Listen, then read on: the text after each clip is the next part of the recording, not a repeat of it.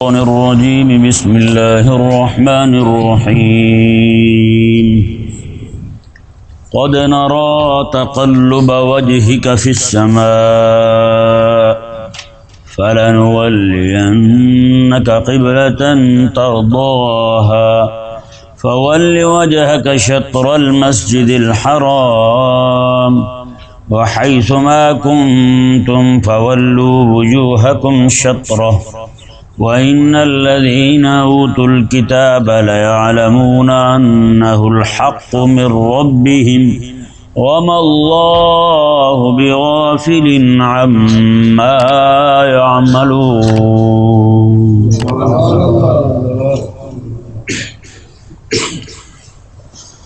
اللہ تبارک و تعالی نے اس آیت کریمہ کے اندر کریم آقا صلی اللہ تعالی علیہ وآلہ وسلم کے بارگاہ الہی کے ذوق اور شوق کو بیان فرمایا،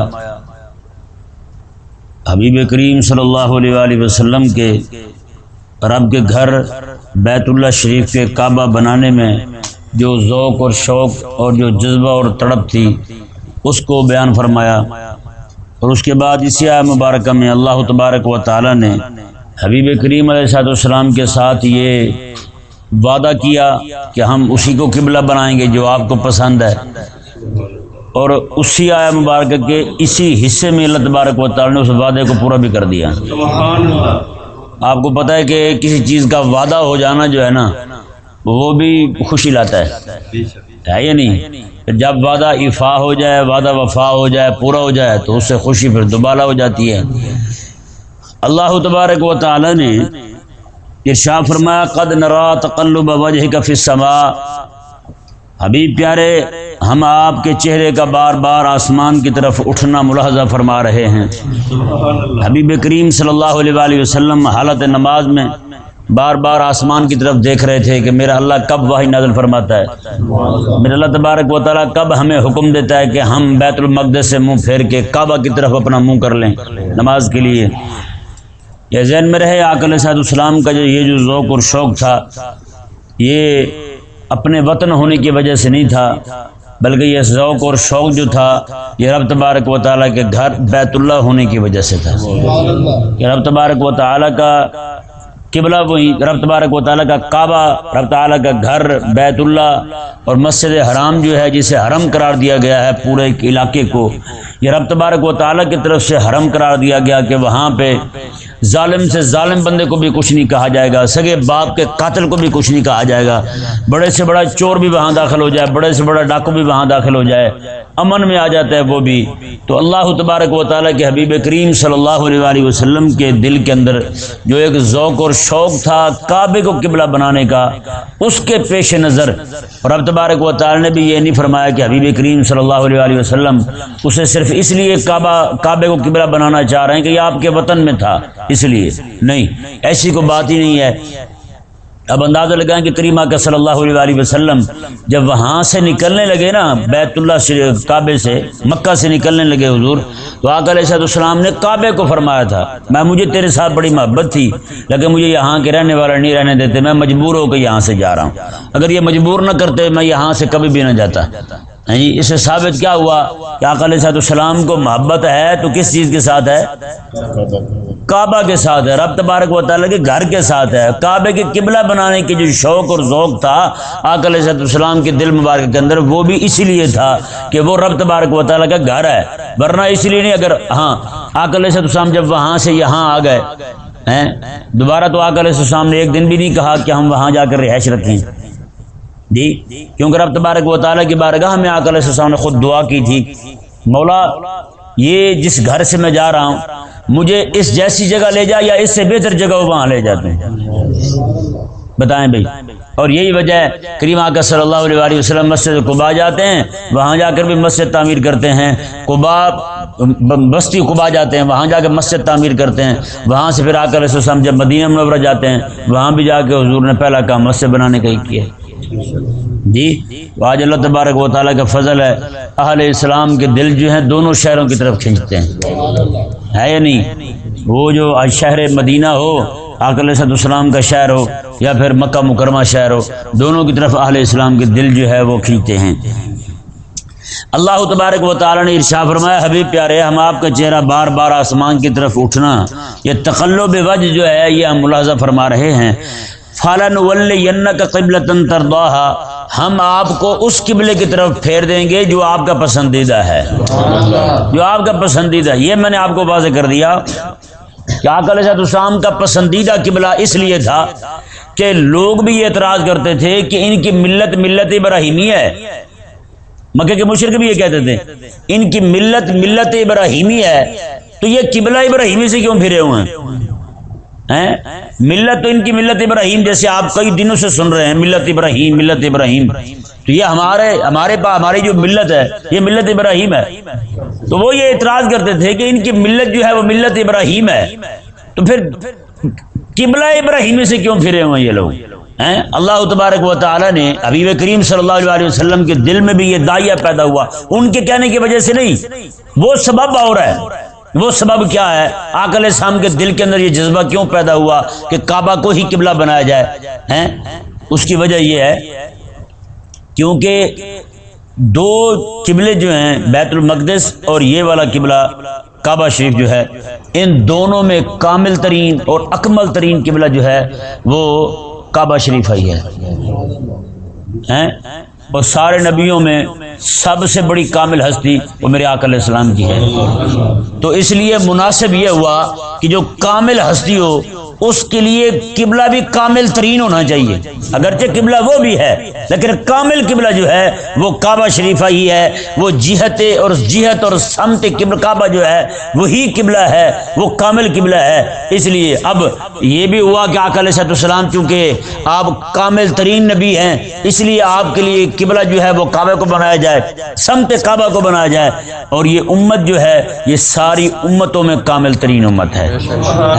فرمایا کہ وہ بنی اسرائیل کے لوگ جو ہیں ان کے لیے قبلہ جو ہے وہ بیت المقدس ہو، وہ قبلہ ہے، ضرور ہے قبلہ، لیکن کامل قبلہ جو ہے وہ کامل امت کے لیے ہو، جس امت کے سرے پر ابو بکر صدیق اور عمر جیسے بندے بیٹھے ہوں، ہاں، جس امت کے سرے پر، جس امت کے امام جو ہیں وہ عثمان غنی اور مولا علی رضی اللہ تعالیٰ عنہ۔ تو میں ان کاملوں کے لیے قبلہ بھی کامل ہونا چاہیے۔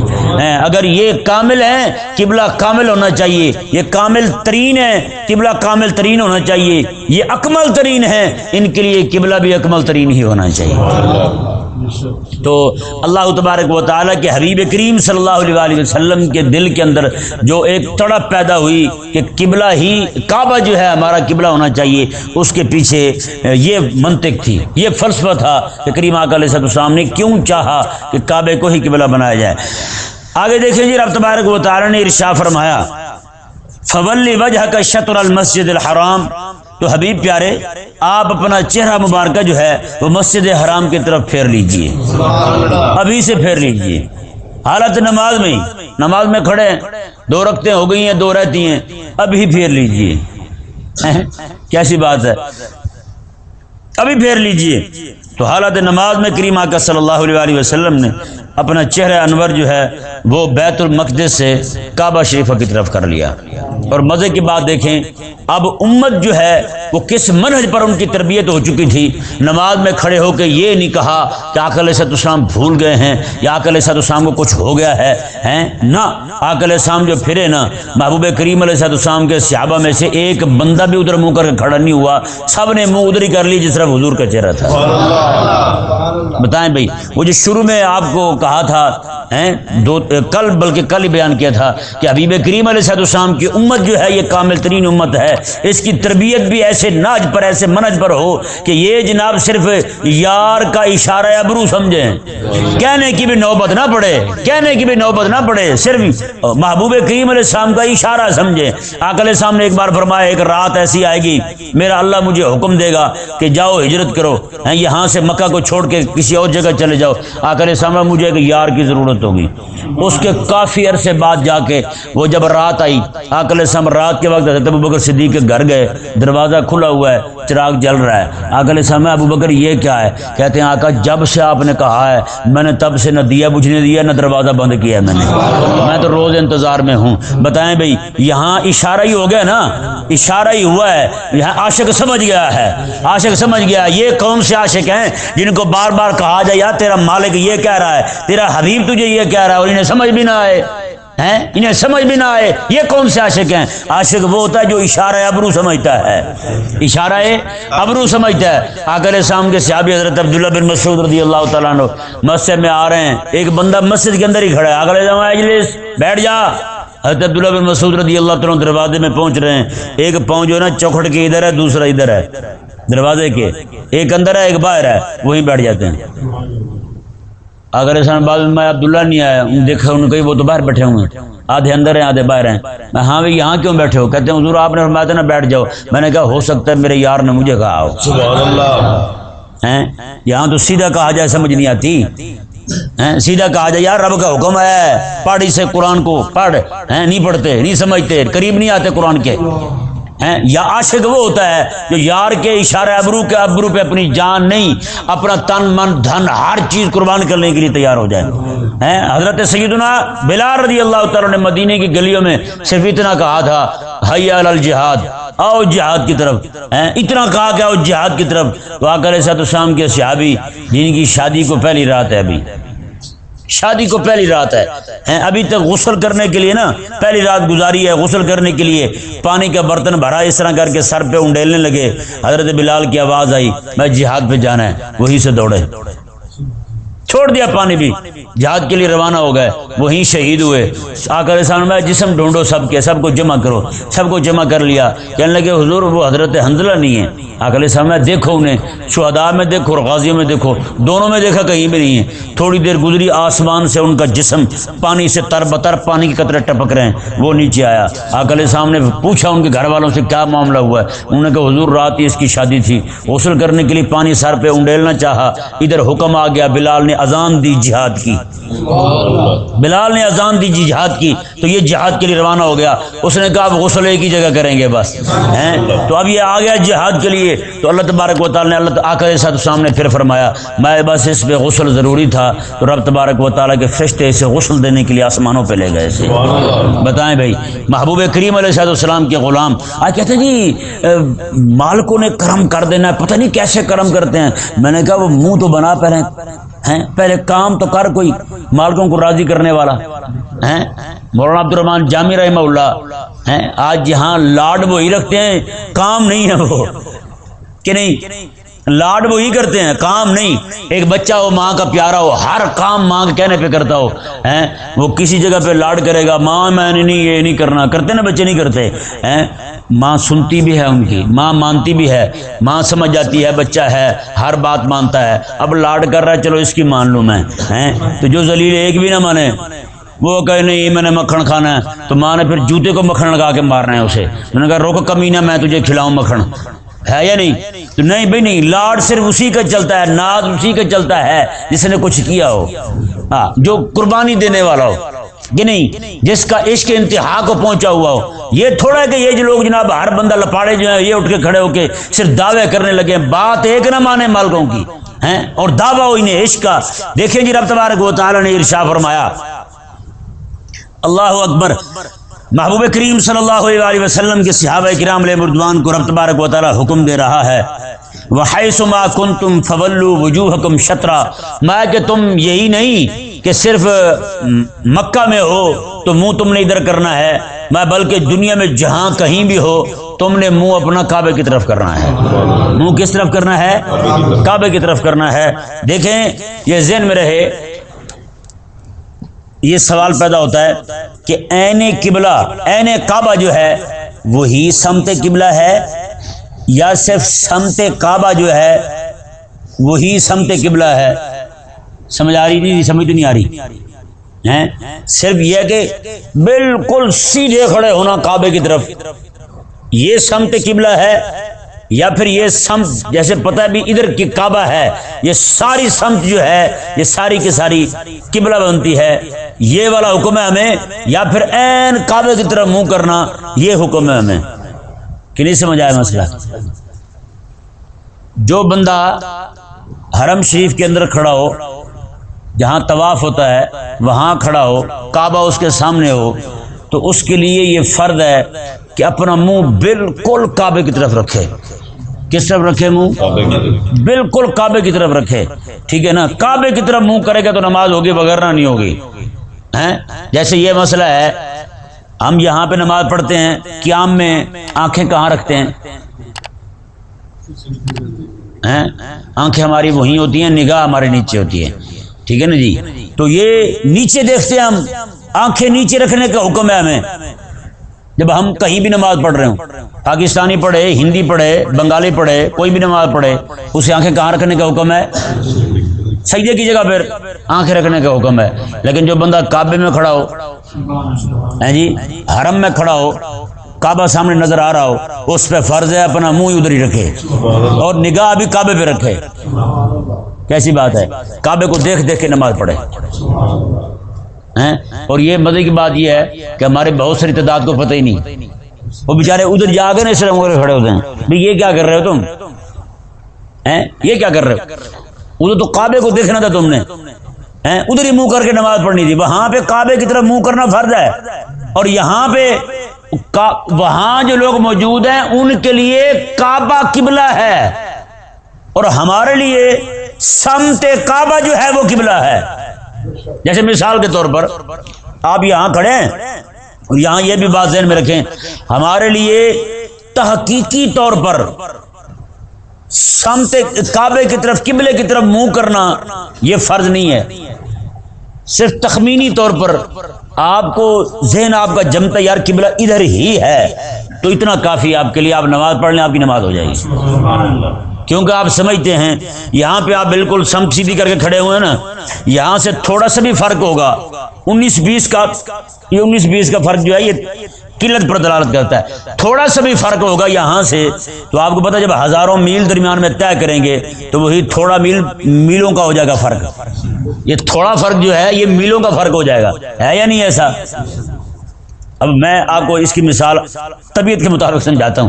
جیسے یہاں پہ بندہ سامنے کھڑا ہے، یہاں پہ کوئی بندہ گیند پھینکے، سامنے کھڑا ہے بندہ وہ بلہ پکڑ کے، یہاں سے کوئی بندہ گیند پھینک رہا ہے، وہ جتنا قریب ہوگا اس کی ٹیڑھی گیند پھینکی بھی اس کے قریب ہی پڑے گی، کہ نہیں سمجھ آیا مسئلہ؟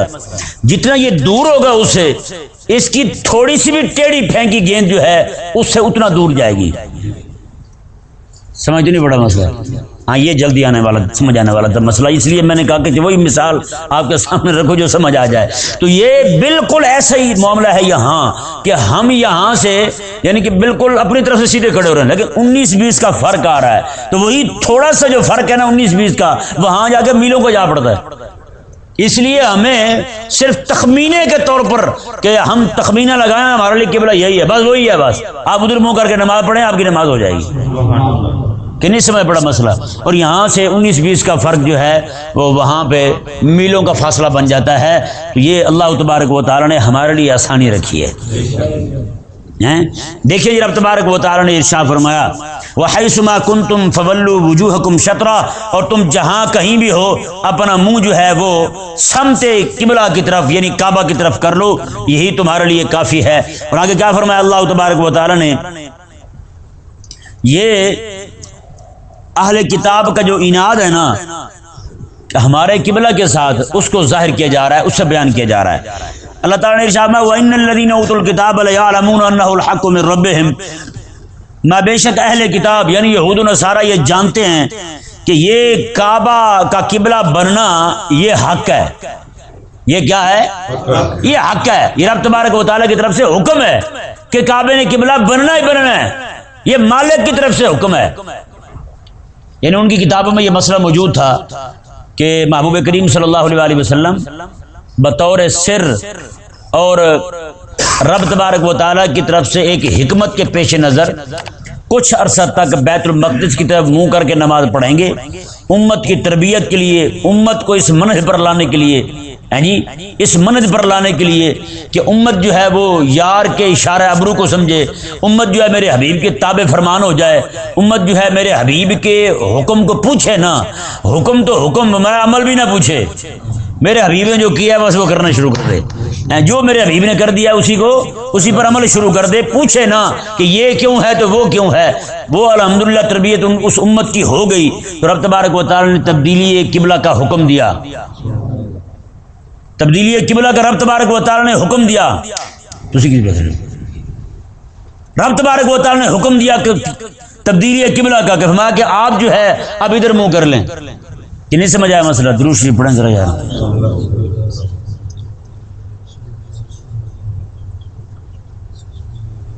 یہ بہت بڑا نقصان کرتے ہیں آپ جو باہر ہی بیٹھ جاتے ہیں، خدا کے بندے نہ کیا کریں، آپ کی وجہ سے اتنا سارا خلل پڑ گیا، اور ایک کو کہہ رہا ہوں باقی سارے باہر دیکھ رہے ہیں۔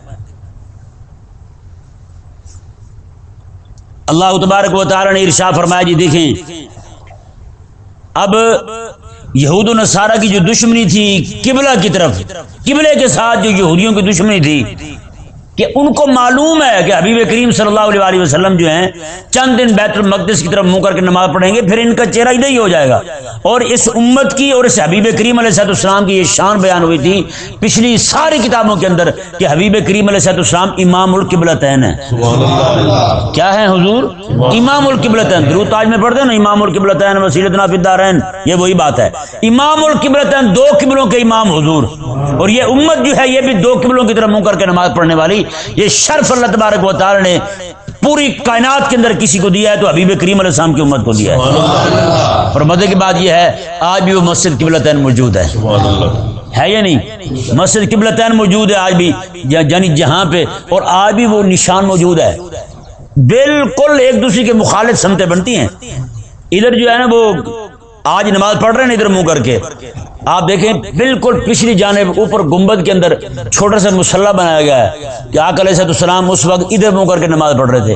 اب بتائیں جی بالکل ادھر کھڑے ہوں، جہاں امام کھڑا ہو ہیں، پیچھے مقتدی ہوں، آقا علیہ السلام جو پھریں، جہاں مقتدی کھڑے تھے وہاں امام ہی آ جائے، جہاں امام کھڑے تھے وہاں مقتدی آ جائیں، تو بتائیں کتنا بڑا فرق ہوا ہے۔ محبوب کریم علیہ السلام کے صحابہ میں سے کسی نے یہ نہیں کہا حضور یہ کیا ہوا ہے؟ تو رب تبارک و تعالی نے ارشاد فرمایا کہ ہم نے تو یہ صرف اور صرف امت کو اس ناج پر لانے کے لیے یہ سارا حکم دیا تھا انہیں، اور امت جو ہے وہ بالکل تیار ہو گئی، بالکل مخالف سمت میں اس طرح کر کے گھوم کے سارے آ گئے نماز کے اندر۔ پھر کسی نے یہ بھی نہیں کہا کہ حبیب پیارے نماز میں ہم ادھر ادھر دیکھے تو اتنی سخت وعیدیں ہیں، یہاں ہم پورے ہی گھوم گئے ہیں، نماز نہ امام کی ٹوٹی نہ مقتدیوں کی ٹوٹی، مایا ہم تو رب کے حکم کو پورا کر رہے تھے، اس لیے نہ امام کی نماز ٹوٹی ہے نہ مقتدی کی نماز ٹوٹی ہے۔ ہاں یہاں کراہت تک بھی نہیں آئی، میں کیونکہ پہلی دو رکعتوں میں مالک کا حکم تھا ادھر منہ کرو، ہم نے ادھر کیے رکھا، آخری دو رکعتوں میں حکم آ گیا ادھر منہ کر لو، ہم نے ادھر کر لیا۔ وہ بھی اسی کے حکم پر تھی، یہ بھی اسی کے حکم پر تھی۔ اصل طاعت اور عبادت جو ہے وہ تو مالک کے حکم کو پورا کرنا ہے بس۔ آگے دیکھیں جی، رب تبارک و تعالی نے ارشاد فرمایا وَمَا اللَّهُ بِغَافِلٍ عَمَّا يَعْمَلُونَ۔ اب دیکھیں انہیں وعید سنائی جا رہی ہے، انہیں دھمکی دی جا رہی ہے، میں تم جو حرکت کر رہے ہو نا حبیب کریم علیہ السلام کے قبلے کے ساتھ دشمنی کر کے، یہ کوئی معمولی بات نہیں ہے۔ اللہ تبارک و تعالیٰ تمہارے اعمال سے غافل نہیں ہے، سب کچھ ملاحظہ فرما رہا ہے۔ ہاں آگے دیکھیں جی، اللہ تبارک و تعالیٰ نے ارشاد فرمایا وَلَئِنْ أَتَيْتَ الَّذِينَ أُوتُوا الْكِتَابَ بِكُلِّ آيَةٍ مَا تَبِعُوا قِبْلَتَكَ۔ فرمایا کہ حبیب پیارے، اب وہ حضور علیہ السلام یہ چاہتے تھے یہ کسی نہ کسی طریقے سے قبلے کی طرف پھر جائیں، یہ ہمارے قبلے کو مان لیں، ایمان لے آئیں۔ رسول اللہ علیہ السلام چاہتے تھے کہ رب تبارک و تعالیٰ پر، قرآن پر یہود و نصارہ ایمان لے آئیں، لیکن وہ ماننے والے نہیں تھے۔ تو رب تبارک و تعالیٰ نے حبیب آپ انہیں دفع ماریں، آپ انہیں چھوڑ دیں، ان کے پیچھے نہ جائیں، انہیں نہ سمجھائیں، اب انہیں دفع کریں۔ کیسے فرمایا رب تبارک و تعالیٰ نے؟ اللہ اکبر، اتنی بڑی بات فرمائی وَعَلَيْنَ أَتَيْتَ الَّذِينَ أُوتُوا الْكِتَابَ بِكُلِّ آيَةٍ مَا تَبِعُوا قِبْلَتَكَ۔ آقا علیہ السلام یہ چاہتے تھے کہ کعبہ شریفہ جو قبلہ بنا ہے اس کے سچے ہونے پر حضور کو معجزہ ظاہر کریں، تاکہ وہ کسی معجزہ کو دیکھ کر انہیں یقین ہو جائے کہ کعبہ ہی قبلہ ہے۔ آقا علیہ السلام یہ چاہتے تھے. رب تبارک و تعالی نے کیا فرما دیا؟ اللہ اکبر. اللہ تعالیٰ نے میں حبیب پیارے جنہیں کتاب ملی ہے نا یہود و نصارہ، آپ انہیں ایک نہیں ہر طرح کا معجزہ لا کے دکھا دیں، ہر طرح کا معجزہ لا کے دکھا دیں. ما تبعوا قبلتک، یہ کبھی بھی آپ کے قبلے کو نہیں مانیں گے، آپ کے قبلے کو یہ مانیں گے ہی نہیں، کبھی بھی منہ نہیں کریں گے آپ کے قبلے کی طرف. اور اللہ تعالیٰ نے ارشاد فرمایا وما انت بتابع قبلتہم، حبیب پیارے اور آپ بھی ان کی قبلے کو نہیں مانیں گے، آپ بھی ان کی قبلے کو نہیں مانیں گے. بتائیں یار جس قبلے کی طرف 16-17 مہینے منہ کر کے نماز پڑھی ہو ہیں، اب حکم آ جائے کہ ادھر منہ کر لیں، اب یہودی کہیں جی ادھر ہی منہ کر لیں جس طرف آپ 17 مہینے منہ کرتے رہے ہیں، تو حبیب کریم علیہ السلام کبھی بھی نہ کریں ہیں، کیونکہ منسوخ ہو چکا ہے نا. جو قبلہ مسلمانوں کا رہ چکا ہے، قبلہ اول رہ چکا ہے، اب اس کی طرف منہ کرنا منع ہو گیا کیونکہ اب یہ یہودیوں کی خواہش ہے ادھر منہ کر لیں ہیں. تو حبیب کریم علیہ السلام کو پتہ کیا فرمایا رب تبارک و تعالیٰ نے؟ یہ آگے دیکھیں، فرمایا کہ وما بعضهم بتابع قبلۃ بعض، فرمایا کہ اور یہ خود بھی تو ایک دوسرے کے قبلے کو نہیں مانتے، کیونکہ یہودی جو تھے نصارہ جو ہیں یہ بیت المقدس کے شرقی جانب مشرقی جانب جو ہے اسے قبلہ مانتے تھے، اور یہودی جو ہیں یہ صخرہ بیت المقدس کو قبلہ مانتے تھے. بالکل مختلف سمتیں ہیں، ایک ادھر کھڑا ہے ایک ادھر کھڑا ہے. رب تبارک و تعالیٰ نے فرمایا یہ دونوں ذلیل اکٹھے ہو کر آپ کا قبلہ پھیرنے کے چکر میں ہیں، یہ دونوں خود اکٹھے کیوں نہیں ہوتے؟ یہ دونوں ایک کو قبلہ کیوں نہیں مانتے؟ ایک طرف کو مانتا ہے، دوسرا دوسری سمت کو مانتا ہے، خود تو اکٹھے ہوتے نہیں، یہ دونوں اکٹھے ہو کے آپ کے خلاف اکٹھے ہو گئے ہیں. اور یہی وجہ ہے جن کے قبلے علیحدہ علیحدہ تھے وہ اکٹھے ہو گئے ہیں، اور جن کا قبلہ ایک ہے مسلمان وہ اکٹھے نہیں ہوئے.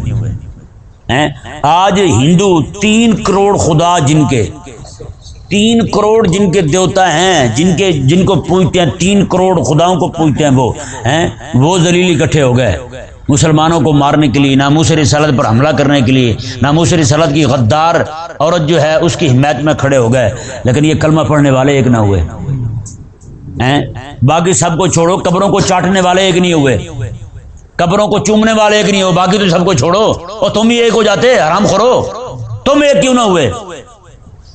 ایک دو مولوی بیچارے بول رہے ہیں، باقی سارے پی کے پڑے ہوئے ہیں. وہ جاگیں گے تب جب ہوش آئے گا کسی ان کے بابے کا، پھر آئیں گے باہر، پھر سندر نکالیں گے، ڈھول کوٹیں گے، ناچتے ٹاپتے جائیں گے. اب بندہ کیا کہے؟ پورا دین چھوڑ کر جسے بدعت مستحبہ کہا تھا صرف اسی کو اپنا رکھا ہے، صرف بدعت مستحبہ کو اپنا رکھے. ان کے ہاں جو دین ہے نا پورے کا پورا وہ دین ہے ہی نہیں جو رب تبارک و تعالی نے دین دیا ہے. کہ نہیں سمجھ پڑا مسئلہ؟ آج 16 سال کے بچے کو گولی مار دی جائے اس کے سینے میں، وہاں 16 سال کا بچہ اس کے سینے میں گولی مار دی گئی کہ ناموس رسالت کا نام کیوں لیا اس نے؟ سینکڑوں نہیں ہزاروں لوگوں کو اٹھا کے جیل میں ڈال دیا ہے.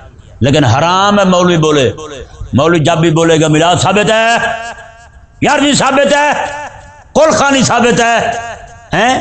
میں نے کہا مولوی لعنت تیری زندگی پہ بھی، تو نے اپنی زندگی کھپائی کہاں ہے؟ رب کے دین کے لیے ایک دن بھی نہ بول سکا تم. نعوذ باللہ من ذالک.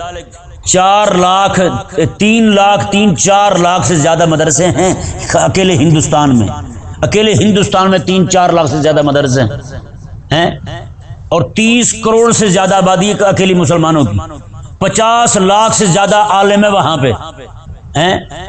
جہاں پہ اتنا کچھ ہو، 3 لاکھ مسلمان لڑکیوں نے ہندوؤں کی عدالتوں میں یہ درخواستیں دے رکھی ہیں، ہم ہندو لڑکوں سے شادی کرنا چاہتی ہیں، ہمارے ابے ماریں گے، ہماری شادی جو ہے وہ حکومت اپنی سرپرستی میں ہندو لڑکوں کے ساتھ کروا دے.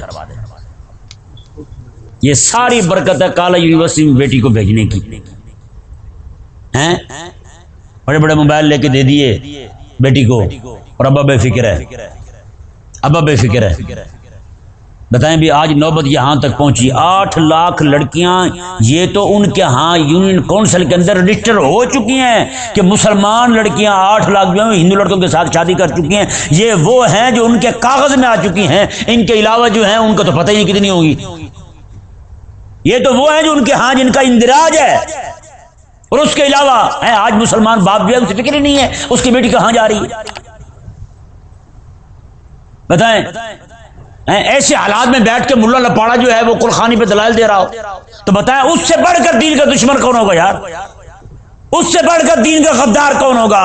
جب جناب مسلمان بیٹیاں ہیں جی 3 لاکھ سے زیادہ لڑکیاں، مسلمان لڑکیاں کلمہ پڑھنے والیاں جا کے درخواست دے دیں کہ ہماری شادی ہندو سے ہونی چاہیے، لڑکے سے ہونی چاہیے، انہوں نے پھنسا رکھے ہوں گے لڑکے، پسند کر رکھے ہوں گے لڑکے، اس لیے تو انہوں نے درخواستیں دی ہیں۔ اور ملا کو یہی سوچ رہا ہے جناب یہ کر لیں تو وہ کر لیں، سندل نکال لیں تو فلانا کر لیں، ڈھمکانا کر لیں۔ وہ اگلے دن یہ ذلیل جاگتے بھی کس بات پہ ہیں؟ جب بات ان کے مفاد کے خلاف ہے۔ جیسے میں نے اگلے دن کہا تھا آپ کو کہ پاکستانی حکمرانوں نے اکیلے سندھ کے اندر کہا کہ ہم سندھ کے اندر 1500 میراثی بھرتی کریں گے جو سکول کے بچوں کو گانا سکھائیں گے، سکول کے بچوں کو گانا سکھائیں گے، 1500 میراثی بھرتی کریں گے۔ تو بتائیں بھائی، تو میں نے یہ لکھ دیا، میں نے کہا جی آپ بتائیں، اب بھی کوئی بندہ کہے گا جی یہ کفر کی فیکٹری نہیں ہے، بدکاری کی فیکٹری نہیں ہے۔ ایک بندے کو ان پہ غصہ نہیں آیا، مجھ پہ غصہ آ گیا، بڑا گندا بندہ یار، اتنی گندی سوچ ہے اس کی، اتنے مقدس کام کو غلط کہہ دیا اس نے۔ بتائیں بندہ کہاں جائے بھائی؟ اب جس بندے کو نعوذ باللہ من ذالک رب رسول کی نافرمانی اور رب رسول کی دشمنی جہاں سکھائی جائے اور وہاں پہ میراثی بھرتی کیے جائیں، اچھے بھلے شریف لوگوں کی لڑکیوں کو، بیٹوں کو، بیٹیوں کو ناچ اور گانا اور ناچنا سکھایا جائے، اس بات پہ غصہ نہ آئے اس کتے کو، اور اسے غصہ آ جائے اس بات پہ، اس مولوی ضیاء نے ان کو غلط کہہ دی، یار بڑا ہی گندا بندہ ہے، بڑی گندی سوچ کا بندہ ہی ہے۔ تو بتائیں بھئی، میرے کریم آقا علیہ السلام نے اس وقت فرمایا تھا قیامت کے قریب لوگ گناہ کو نیکی سمجھیں گے، نیکی کو گناہ سمجھیں گے۔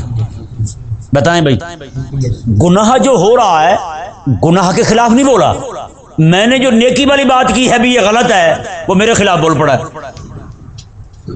ہاں جی، ہوا یا نہیں ہوا ایسا؟ اب اس کا مطلب کیا ہوا؟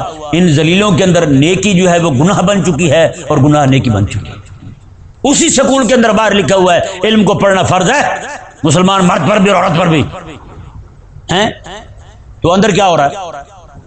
اندر یہ ناچ سکھا رہے ہیں، گانا سکھا رہے ہیں، ڈانس سکھا رہے ہیں، اور ٹیبلو پیش کر رہے ہیں مسلمان کی لڑکی، جس کو صفا مروہ پہ جا کے ہاتھ اٹھانے کی اجازت نہیں ہے، اسے وہاں پہ دوڑنے کی اجازت نہیں ہے، تیز قدم اٹھانے کی اجازت نہیں ہے، لیکن وہ یہاں پہ ڈانس کر رہی ہے۔ یہ ذلیل جو ہیں یہ چاہتے ہیں جس طرح وہ دوسرے کنجر ہیں اسی طرح پوری قوم کو ایسا بنا دیا جائے۔ تو خدا کے لیے ذرا آنکھیں اپنی کھولیں، مبارک آنکھیں کھولیں، اپنے دل دماغ کو ذرا بیدار کریں، جگائیں۔ آپ جو ہے نا وہ ان کمینوں کو ماننے والے نہیں ہیں، آپ تو محمد عربی کا کلمہ پڑھنے والے ہیں۔ دیکھیں جی رب تبارک و تعالی نے ارشاد فرمایا، اللہ اکبر، وما انت بتابع قبلتهم وما بعضهم بتابع قبلۃ بعض۔ میں حبیب پیارے آپ ان کی نہ مانیں، آپ ان کی نہ مانیں، ان کے کہے ہوئے قبلے کو نہ مانیں، قبلہ بھی وہی جس کی طرف 17 مہینے نماز پڑھی، اب نہ مانیں، اب ادھر منہ نہ کریں حبیب آپ۔ آگے دیکھیں کیا فرمایا رب تعالیٰ نے، والا ان اتبعت اهواءهم من بعد ما جاءك من العلم۔ حبیب پیارے اگر علم آنے کے باوجود بھی آپ ان کی خواہشوں کی پیروی کریں گے، علم آنے کے باوجود بھی آپ ان کی خواہشوں پہ چلیں گے، اب بتائیں بھائی، وہی قبلہ جس کی طرف 17 مہینے نمازیں پڑھی تھی، اب اس قبلے کی طرف منہ کرنا دین نہیں رہا۔ اللہ اکبر، کتنی بڑی بات ہے، اب وہ دین نہیں رہا، ادھر منہ کرنا دین نہیں رہا، کوئی نماز پڑھے گا اس کی نماز نہیں ہوگی۔ اب منسوخ کی پیروی کرنا، رب تعالیٰ فرما رہی ہے اپنی خواہشوں کی پیروی کرنا، یہ یہودیوں کی خواہش کی پیروی کرنا ہے۔ اب بتائیں بھائی، رب تبارک و تعالیٰ اپنے حبیب کو منع فرما دے، حبیب وہ جو دین رہ چکا ہے، وہ جو قبلہ رہ چکا ہے 17 مہینے پورے، حبیب اب اس طرف منہ کریں گے تو یہ یہودیوں کی خواہش کی پیروی ہوگی۔ تو بتائیں جی آج ہم یہودیوں کی کتنی خواہشوں کو پورا کر چکے ہیں؟ یہودیوں کی خواہشوں کو پورا کرتے کرتے ہم اپنا پورا دین چھوڑ چکے ہیں۔ IMF کیا ہے؟ وہ پیسے دیتا ہے، وہ کہتا ہے اذان پہ پابندی لگا دو، ہم نے کہا لگا دی، انہوں نے کہا مولوی کی تقریر کی آواز باہر نہ آئے، ہاں باہر جو عورتیں بیٹھی ہیں وہ نہ سن لیں کہیں کہ دین کی بات، انہوں نے کہا ٹھیک ہے بند کر دیتے ہیں، بند کر دی انہوں نے۔ بتائیں جی آج خطبے کہاں ہوتے ہیں؟ خطبے ہوتے ہیں تقریر میں، جمعے میں، اسپیکر میں، نہیں لینے دیتے۔ آج یہاں پہ جس کا دل چاہے مرضی، شادی بیاہ ہو کچھ بھی ہو، بڑے سارے اسپیکر لگا کے یہاں پہ عورتیں نچا دے، سب اجازت ہے۔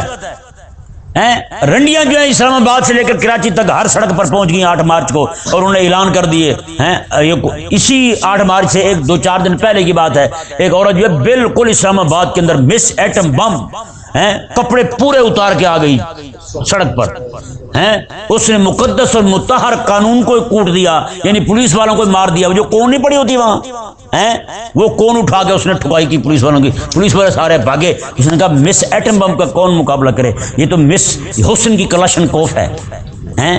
میں نے کہا بتاؤ بھائی یہ نوبت کیسے پہنچی یہاں تک، یہ معاملات کیوں پہنچے؟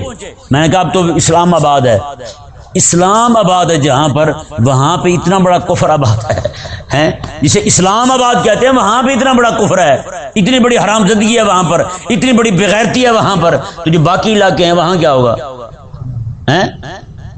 رب تبارک و تعالی نے ارشاد فرمایا، جی دیکھیں آگے کیا فرمایا رب تبارک و تعالی نے، رب اپنے حبیب کو فرما رہا ہے، یہ ذہن میں رہے یہ بظاہر خطاب حبیب کو ہے لیکن حقیقت میں مخاطب ہم ہیں، ہاں ہم ہیں، کیونکہ حبیب کریم علیہ السلام سے تو یہ ممکن ہی نہیں ہے کہ آقا علیہ السلام ایک لمحے کے لیے یہودیوں کی پیروی کر لیں۔ یہودیوں کی پیروی تو ہم نے کی ہے، ہمارے یہاں سے مولوی اور دوسرے لپاڑے لوگ عمران خان کے کہنے پر اور نواز شریف گنجے پلیت کے کہنے پر وہاں جا کے ان سے ملاقاتیں کرتے پھرتے ہیں، اسرائیل کے صدر سے جا کے ملاقاتیں کرتے پھرتے ہیں۔ یہاں سے لاہور کا بہت بڑا مولوی ہے، وہ گیا ہے اس مشن میں، وفد میں ساتھ گیا ہے، ان کا امام بھی تو ہونا چاہیے نا، ان کا امام بڑے لے جاؤ بھائی، کتنے من کا چاہیے، اتنے من کا چاہیے، وہ لے گا امام۔ اس امام نے آ کے 8-9 منٹ کا پورا انٹرویو دیا ہے، اس نے کہا مقاصد کیا ہیں اور انہوں نے بھیجا ہمیں کیوں ہے۔ دیکھیں جناب تبارک و تعالی نے کیا ارشاد فرمایا، میں کہ اگر آپ نے علم آنے کے بعد خواہش کی پیروی کی نا، ان یہودیوں کی خواہش کی پیروی کی، اس سے ثابت کیا ہوا، پیروی علم کی ہوتی ہے جہالت کی نہیں۔ کس کی پیروی ہوتی ہے؟ علم کی پیروی ہوتی ہے، جہالت کی پیروی نہیں ہوتی۔ تو رب تبارک و تعالی نے فرمایا حبیب پیارے اگر آپ نے ان کی خواہش پر عمل کرتے ہوئے کعبے سے منہ پھیر کے اب بیت المقدس کی طرف کر لیا، انک اذا لمن الظالمین، تو آپ رب کا حق مارنے والے ہوں گے، آپ رب کا حق مارنے والے ہوں گے۔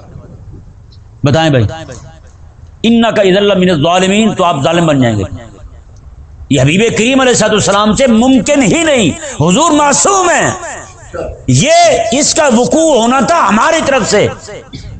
آج پوری دنیا کے عرب مسلمان ہوں یا دوسرے مسلمان ہوں، سارے کے سارے اسرائیل کو قبلہ مان چکے نہیں مان چکے، اور بیت المقدس کو نہیں مانا ابھی تک انہوں نے، کیونکہ منہ تو کعبے کی طرف منہ کر کے پڑھ رہے ہیں نماز، لیکن اسرائیل کو قبلہ مان گئے، یہودی کو قبلہ مان گئے، ہر بات میں یہودی کو مان چکے ہیں، کفر کو شرک کو مان چکے ہیں، یعنی جو وہ کہے اسی کو کرنے کے لیے تیار ہو جاتے ہیں۔ رب تبارک و تعالی نے کیا ارشاد فرمایا، جی دیکھیں اب یہاں تک ان کی دشمنی بیان ہوئی، کعبے کے ساتھ قبلے کے ساتھ جو دشمنی تھی، مسلمانوں کے قبلے کے ساتھ دشمنی، اب مسلمانوں کے نبی کے ساتھ جو ان کی دشمنی ہے اسے ظاہر کیا جا رہا ہے۔ اللہ تعالیٰ نے ارشاد فرمایا الذین آتیناہم الکتاب یعرفونہ کما یعرفون ابناءہم، میں وہ لوگ جنہیں ہم نے کتاب دی وہ حبیب کریم علیہ السلام کو ایسے پہچانتے ہیں جیسے اپنے بیٹوں کو پہچانتے ہیں، ایسے پہچانتے ہیں، کیونکہ بندہ عرفان کہتے ہیں کسی چیز کو ظاہری علامات دیکھ کر پہچاننا۔ بندے کا بیٹا ہے وہ ہزاروں بچوں میں بھی پھرتا ہوگا، بندہ اس کے ظاہر کو دیکھ کے پہچان جائے گا، ہے یا نہیں ایسا؟ رب تبارک و تعالی نے فرمایا میں نے محبوب کریم علیہ السلام کے اوصاف حبیب کریم علیہ السلام کا پورا حلیہ کتاب میں بیان کیا تھا، یہ اس سارے حلیے کو پڑھ کے حبیب کریم علیہ السلام کو بھی اسی طرح پہچانتے ہیں جس طرح پہچاننے کا حق ہے۔ لیکن اس کے باوجود کیا ہوا، وَإِنَّ فَرِيقًا مِّنْهُمْ لَيَكْتُمُونَ الْحَقَّ وَهُمْ يَعْلَمُونَ، ان میں سے ایک گروہ وہ ہے جو حق کو جاننے کے باوجود حق کو چھپا رہا ہے، اسے بیان نہیں کرتا، لوگوں کو بتاتا نہیں ہے۔ اللہ تبارک و تعالی نے ارشاد فرمایا حبیب پیارے انہیں آپ دفع ماریں، آپ مجھے دیکھیں میں کیا کہہ رہا ہوں، سبحان اللہ۔ الحق من ربک، حبیب پیارے حق جو کچھ بھی آ رہا ہے وہ چاہے تبدیلی قبلہ کا مسئلہ ہو یا جو کچھ بھی ہو، من ربک، یہ آپ کے رب کی طرف سے آ رہا ہے۔ آپ نے یہ نہیں دیکھنا یہودی کیا کہتے ہیں، آپ نے یہ نہیں دیکھنا مشرک کیا کہتے ہیں، آپ نے یہ دیکھنا کہ میرا اللہ کیا چاہتا ہے، بس۔ فلا تکونن من الممترین، تو بس آپ شک کرنے والوں میں سے نہ ہوں۔ اللہ کتنی بڑی بات ہے، میں آپ کو شک بھی نہ ہو دین کے معاملے میں، میری طرف سے آنے والے حق کے معاملے میں شک بھی نہ ہو، آپ کو یہ پک ہو، یہ پکا یقین ہو آپ کو جو کچھ بھی آ رہا ہے میرے رب کی طرف سے آ رہا ہے اور یہی حق ہے، بس۔ اللہ تعالیٰ سمجھنے کی توفیق عطا فرمائے۔